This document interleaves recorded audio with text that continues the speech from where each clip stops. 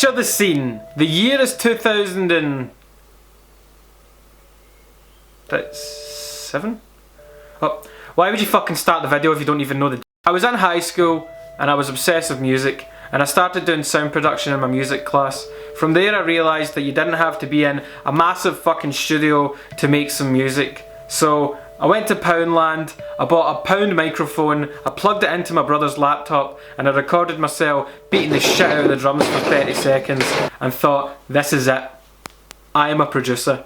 Well, not quite. My brother had Audacity on his laptop, so using that I recorded myself playing the drums. I would stop the recording, pick up my brother's guitar, point the microphone at his amp and just absolutely beat the shit out of the guitar as well, because I didn't really know how to play guitar all that well at this point. And from there, a project was born called the Enrique Palazzo Fun Time Reality Band.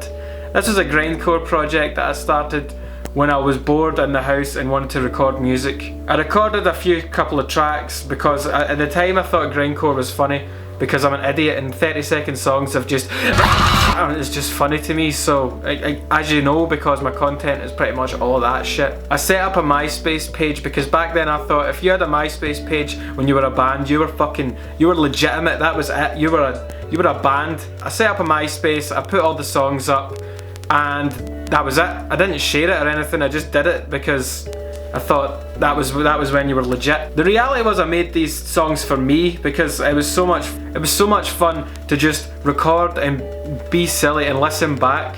And from there on, that was when my interest started to grow when it came to making music. I would record on Audacity for a while, just recording simple shit, until my brother got me a copy of FL Studio for my computer. Now, picture this. Picture how excited you were and how breathtaking it was to watch Elon Musk launch a fucking car into space. That's how I felt when I discovered FL Studio. The fact that I could make shitty dubstep songs and rubbish fucking Aphex Twin knockoffs was mind-blowing to me. It was something I did not think I could ever do.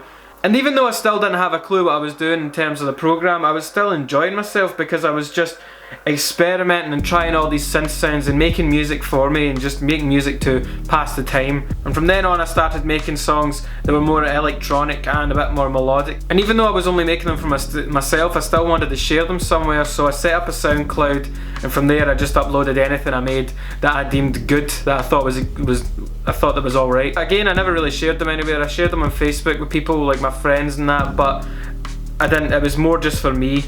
It was more just to see. It was more just for fun.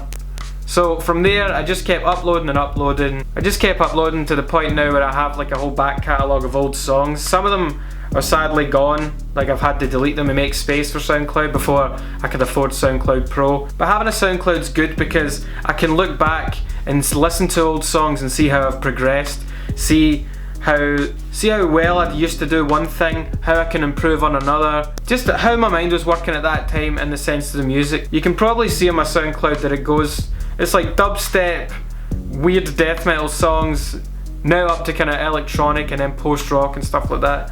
I was just making what I felt like making at the time, and it's good to go back and look at all that shit. Basically the whole point of this story is if you want to make music, then make it for you. Don't be discouraged just because you might feel people won't listen to it or you don't have any way to, any platform to show it.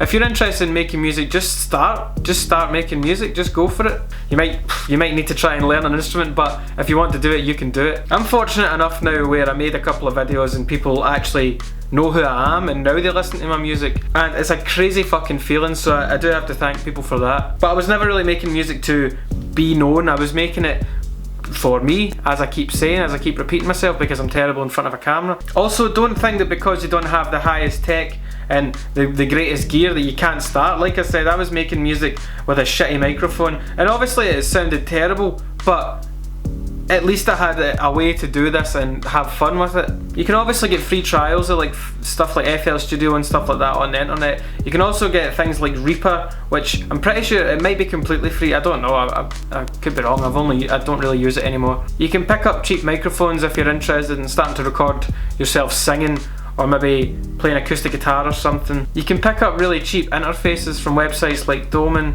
and even Amazon, stuff like that. There's websites now where you have online tutoring if you want to learn an instrument as well. And of course, I'm not an expert, but feel free to message me on Facebook and ask me questions, and I can try and help. And that's going to do it for this video. I know it was a really weird one because it was like, K-Mac, why are you talking so much? Play the 8th string, why are you talking so much? Well, I just wanted to upload a little thing to maybe inspire people to create, because it's a whole lot of fun, even if you're doing it just for yourself. Thanks for watching, guys, and as always,